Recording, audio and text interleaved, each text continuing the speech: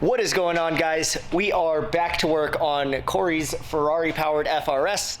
We already got a couple things done. Corey's going to be handling most of this video on his GoPro, as you're watching right now. I bought a GoPro. He bought a GoPro. So I could be working on some other stuff, but I'm also going to be working on his car, doing the dry sump oil tank, and I think that's it right now. Wait, can we see how good our video editor is? Yeah. Yeah, so point the camera at my face. We're testing No, point that one at my face. Oh. Yep, and then I point this one at your face. Shit, that was good. All right, and here's what I want. I want it to just go like really fast, like back and forth. Back and forth. And be like, intro. Intro. Oh my god. That's what I want. Alright, this is too crazy for me. Oh my god. That's what I want. Alright, this is too crazy for me.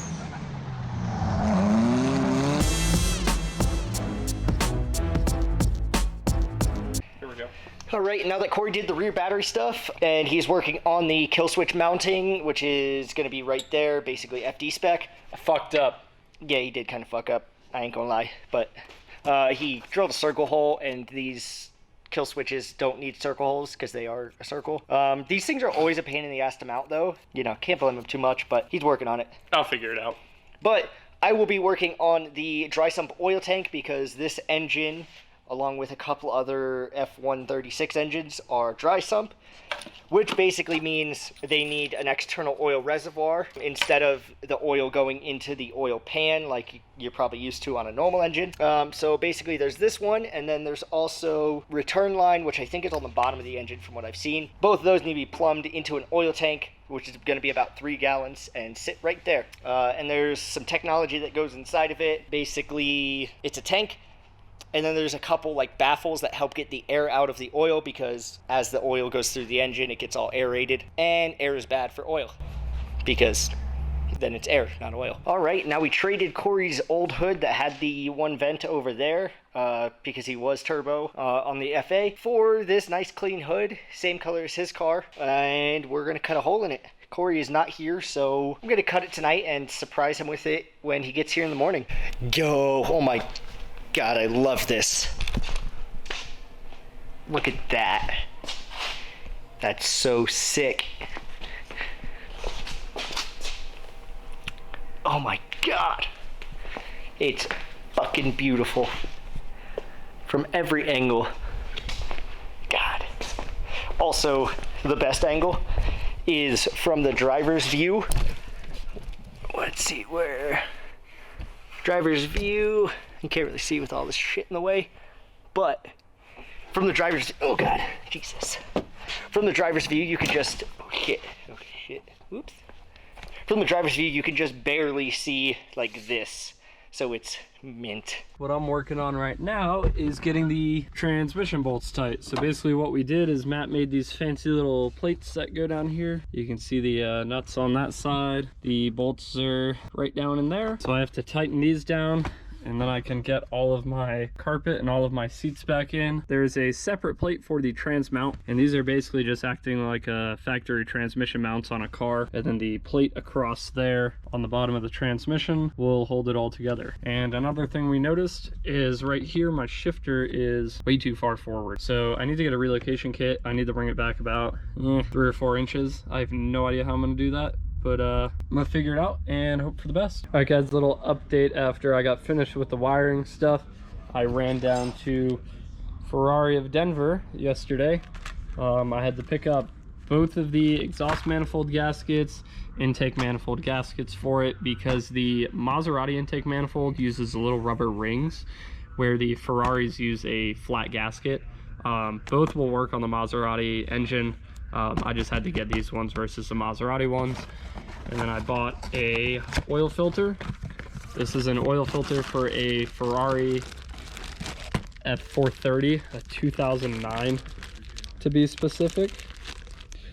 This was, I paid like $35 for it, but the guy at the Ferrari dealership also liked my car, so he hooked me up with a dealer account. Usually these are a lot more money. Nobody else makes those, by the way. Ferrari is the only company that makes an oil filter for my car, which is kind of a pain because I have to either go to Ferrari or order one from Ferrari anytime I want to change the oil on my car. But yeah, we got this stuff. Matt's going to work on the injectors next for the intake manifold. And then I've got to go get throttle bodies next so we can put the intake and everything else together. All right, guys, I got my battery switch put in. I was an idiot and kind of fucked it up, so I made this little plate, and yeah, problem solved. Got the wires, just kind of ran over there for now because Matt's putting the oil tanky thing here. So once he does that, then I can basically tuck this away, and I've got to run one more wire, I don't know, somewhere to the starter. Pretty much everything is I don't really know on this car. You just kind of wing it and hope for the best. So that guy's done. Got the circuit breaker on there so I don't burn my car down. And then this is if I somehow burn my car down anyways to pull off. And yeah, that's it. Next up, Matt, what's next? Matt's got to work on the oil tank. I have to, I don't know, let's see the list. Exhaust, can't do that. Drive shaft, can't do that. Oil tank, Matt. ECU, not here. Wiring, not here. Rear battery. Sorry, I'm excited. I get to cross something off. Rear battery, done. Throttle bodies, injector, intake, coil packs, coolant hoses, oil line, shifter, clutch line sensors. Yeah, so yeah, I don't have anything else I can do on it right now. So right here we have the basic shape of what we're going to be doing on the dry sump oil tank. Can't speak right now. I'm going to do a quick little test to see how much capacity this has because it's a bit of an odd shape. I'll pull it out and show you in a second. But basically this is where we're going to be. Gotta notch that a little bit further for clearance there. If we don't have enough volume, then I may add a small section here because that should give us another 2 quarts, I'd say. I'm gonna have a fill cap up top. We'll have one oil line somewhere about here, one oil line down here, which is pretty tight, but I may end up, if I can get a little bit more clearance back here, then I can get more room up here. And I may bend and build a little section for an AN fitting to come out. All right, my bad, the camera died on me for a second, but I forget what I was saying just a second ago, but here we go.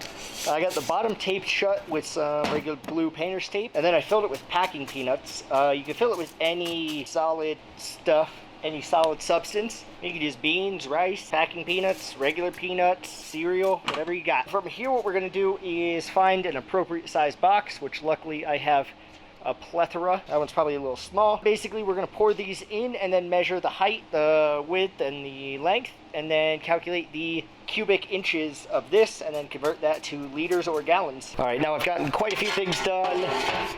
Right here we have a piece of 4-inch aluminum tubing, which is like I have it just for intake stuff.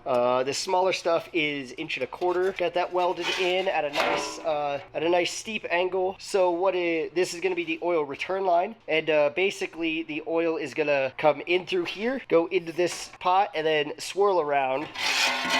Then from there it'll go through this plate with a bunch of holes drilled in it. It looks semi-random, but it's not entirely. We have this plate down here which has these 5 holes, and I made it so you vaguely see the circle I drew here. So I made it so these holes don't drip directly through there. They'll drip onto this part and then roll down in. All 5 of these holes are dimple dyed, and then I also drilled holes around the edge just so we don't really have fluid like getting caught. Mostly on this edge is what I was concerned with. Yep, we got that. And then right here, this little pipe looking thing is a this is for the catch can outlet. It's a piece of 2.5-inch intercooler piping. Drilled a half hole there and a full hole on this side. And then I welded a plate on the bottom and drilled a bunch of holes there. And then I stuffed a bunch of fine stainless steel, God, I can't even think of what that's called. Stuff them in there, and then what we're gonna do is drill another matching hole here. And this guy's gonna go like that. And then since this is a big outlet, we're gonna go to my trusty fab drawers, grab one of these. I think this is 1/2-inch NPT.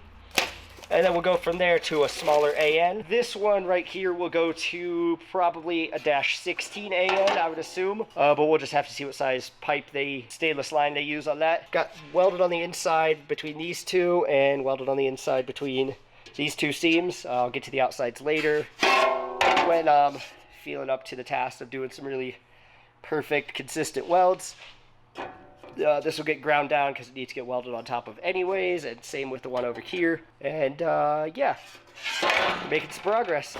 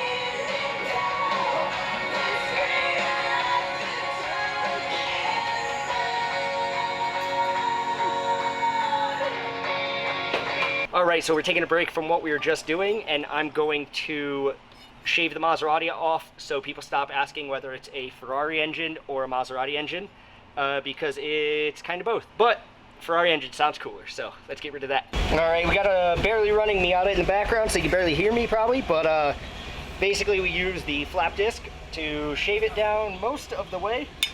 There's still a little bit left, but you don't want to go too far. And then we're going to take some sandpaper. I think it's like 220, 150, even a little bit coarser than that will work.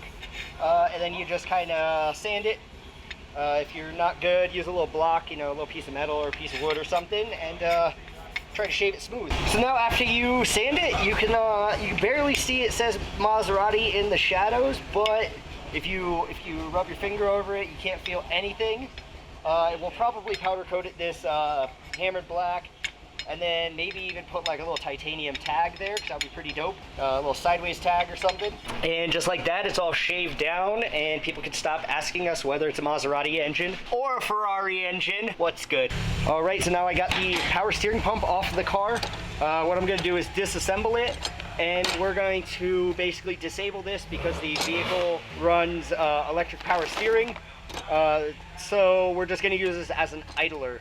So hopefully I can disassemble it, pack it with grease, plug the ports, and hopefully it'll survive.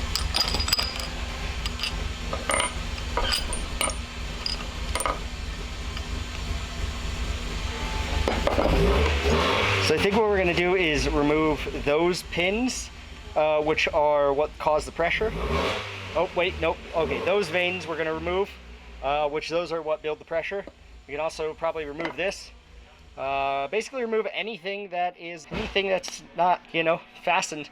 Anything that'll cause any resistance or fall and break something. So let me see what I can pull, and then we'll see where we're at. All right, so basically I got rid of that spring, that little check valve or some shit, those two guys right there, all the little vanes that go on there. Pulled everything apart, packed it with grease, put a whole fuck ton of grease in there, and now we're just gonna throw that back cover on here and hope it stays together. I also pulled that little pin off of this shaft, but that shaft is connected to this, and it allowed the whole thing to fall, so I needed to keep the plate and the wheel buoy right there, if it'll focus, yeah, needed to keep those two pieces here, along with the two alignment pins which hold the plate in place. Yeah, we're gonna just throw the back cover on, and we're gonna plug those holes with whatever size plug that is, and it'll be good. So now we got the Ferrari intake over here. I cut out the big port or whatever the fuck it was, and I'm gonna weld this guy right there, and then we're gonna shave this off. And the reason we're doing that is because we don't need this port. Don't really know what it was for, maybe PCB or something like that. And you know, all this stuff is going to be sticking out the hood, so I figured it would just look better having that shaved. So we're going to weld it, grind it, and then kind of blend it, because we want it to look like this side. Don't want it to look like anything was done. We're going to do a pretty deep, like high penetration weld. Doesn't really matter what it looks like. Try not to drop that on the inside. Yeah, that'll help once we shave it down. It'll still have a good strong hold. God damn it. All right, so I got that welded up and ground down and threw a little bit of this shitty red paint on it, very poorly, but that gives you an idea of what we're working with. Also, I got one of the throttle bodies in, so